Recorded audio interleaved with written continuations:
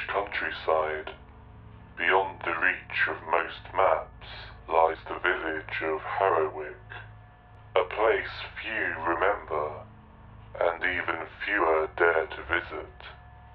Its name has been erased from road signs. Its buildings stand hollow, overgrown with vines, and yet on certain cold nights, locals in neighbouring towns claim they can still hear a strange metallic hum carried by the wind, a whisper of something unnatural that took root there decades ago.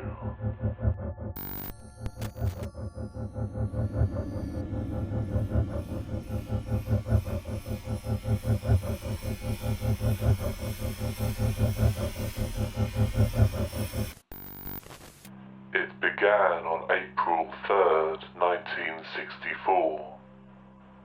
A storm rolled in over Harrowick, sudden and violent. Villagers described the sky turning an unnatural shade of grey, heavy with thunder that never quite struck. The rain that followed wasn't rain at all. It fell in slow, glistening sheets, like molten mercury spilling from the heavens. When the storm passed, the village was left drenched in a silver sheen. Puddles of the liquid refused to sink into the soil or evaporate. They lingered, shifting unnaturally as if something beneath the surface was waiting. I remember actually stepping outside and seeing Mrs. Holloway's cat, the lady next door. Her cat was outside lapping at one of those silver puddles. The poor whole thing, hours later, it was still there, laid on the grass, and it was covered in these jagged silver thorns, and there was patches of, like, where his fur had sort of started to deteriorate and come away. And you could see underneath it was just this, like, brushed metal-looking substance, like it was something underneath the skin. It's very strange. At first, the villagers saw it as an eerie marvel, an inexplicable trick of nature.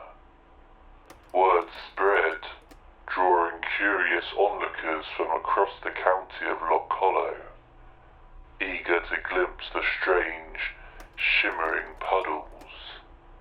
But fascination soon curdled into unease.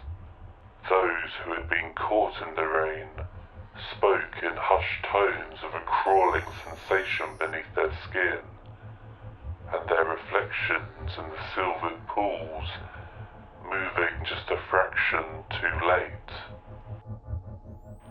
Metallic growths began appearing on their bodies, small at first like grains of sand embedded in the flesh. Within days they spread like an infection, blooming into sharp, crystalline spires.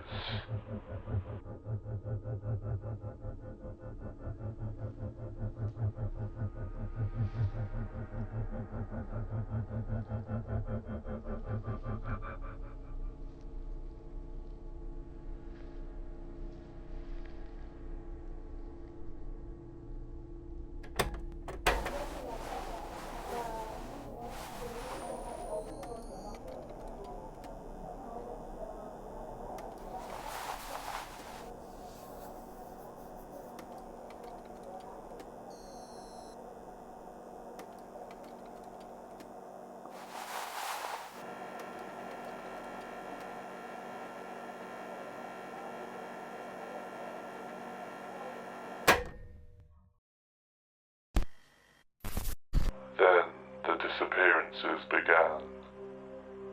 First it was Florence Taylor. Her house, untouched for days, was finally entered by neighbours who had grown concerned. Inside they found no trace of her, only only a single silver-coated shoe at the foot of her stairs. The walls of her home were lined with jagged, humming crystals, stretching towards the ceiling, but as investigators examined the formations more closely, an unsettling thought took root. The way the silver twisted, the vague contours buried beneath the gleaming metal, it was almost as if the walls themselves were the bodies of those who had vanished, consumed and reshaped into something unrecognizable.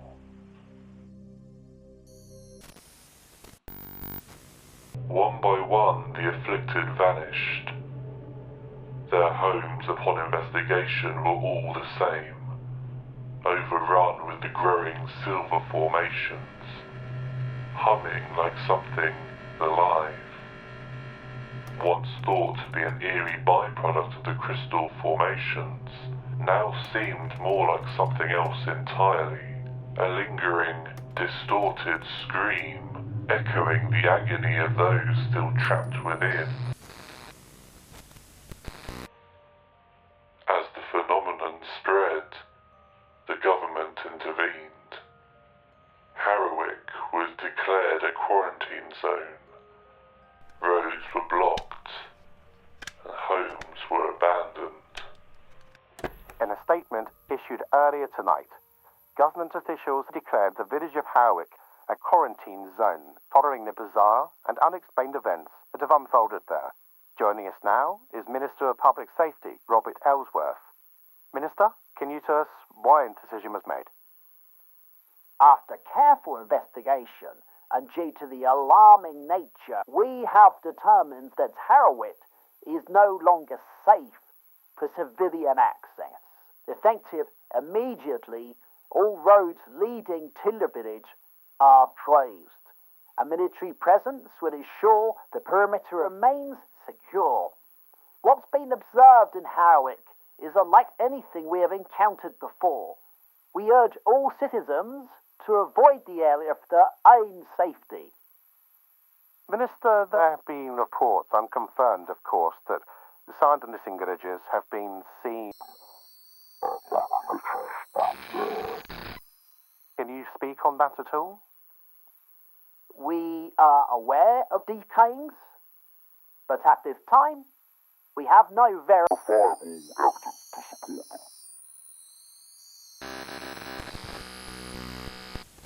But the strangest reports came from those who had ventured too close. I drove out there last winter, just to see really. The road was gone, but I hiked in from the tree line. It was quiet, no birds screamed, and then I saw them,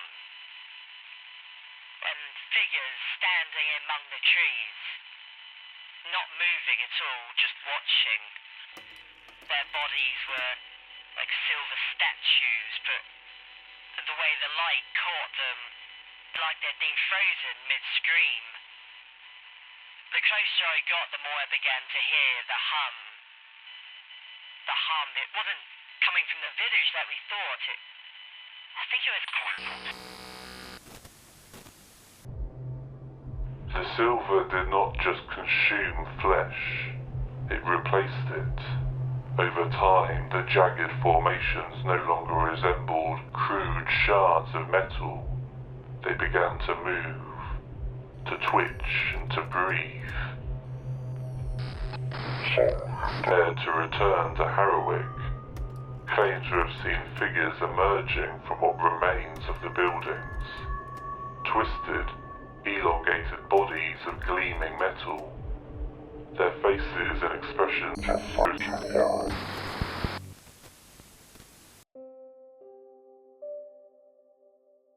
Decades later, the village remains sealed off. Attempts to study the phenomenon have led to further tragic ends. Sent in members missing. Officially, Harrowick no longer exists. It has been systematically erased from all UK maps, its records buried under layers of bureaucracy. Even satellite images seem to blur at its coordinates, as if something refuses to be documented. All roads that once led to Harrowick have been destroyed or rerouted, leaving only overgrown trails that end abruptly, as if the village was never meant to be found again. Locals in nearby towns swear that on stormy nights they hear a distant hum, a reminder of life that ceased to exist through unexplainable circumstances.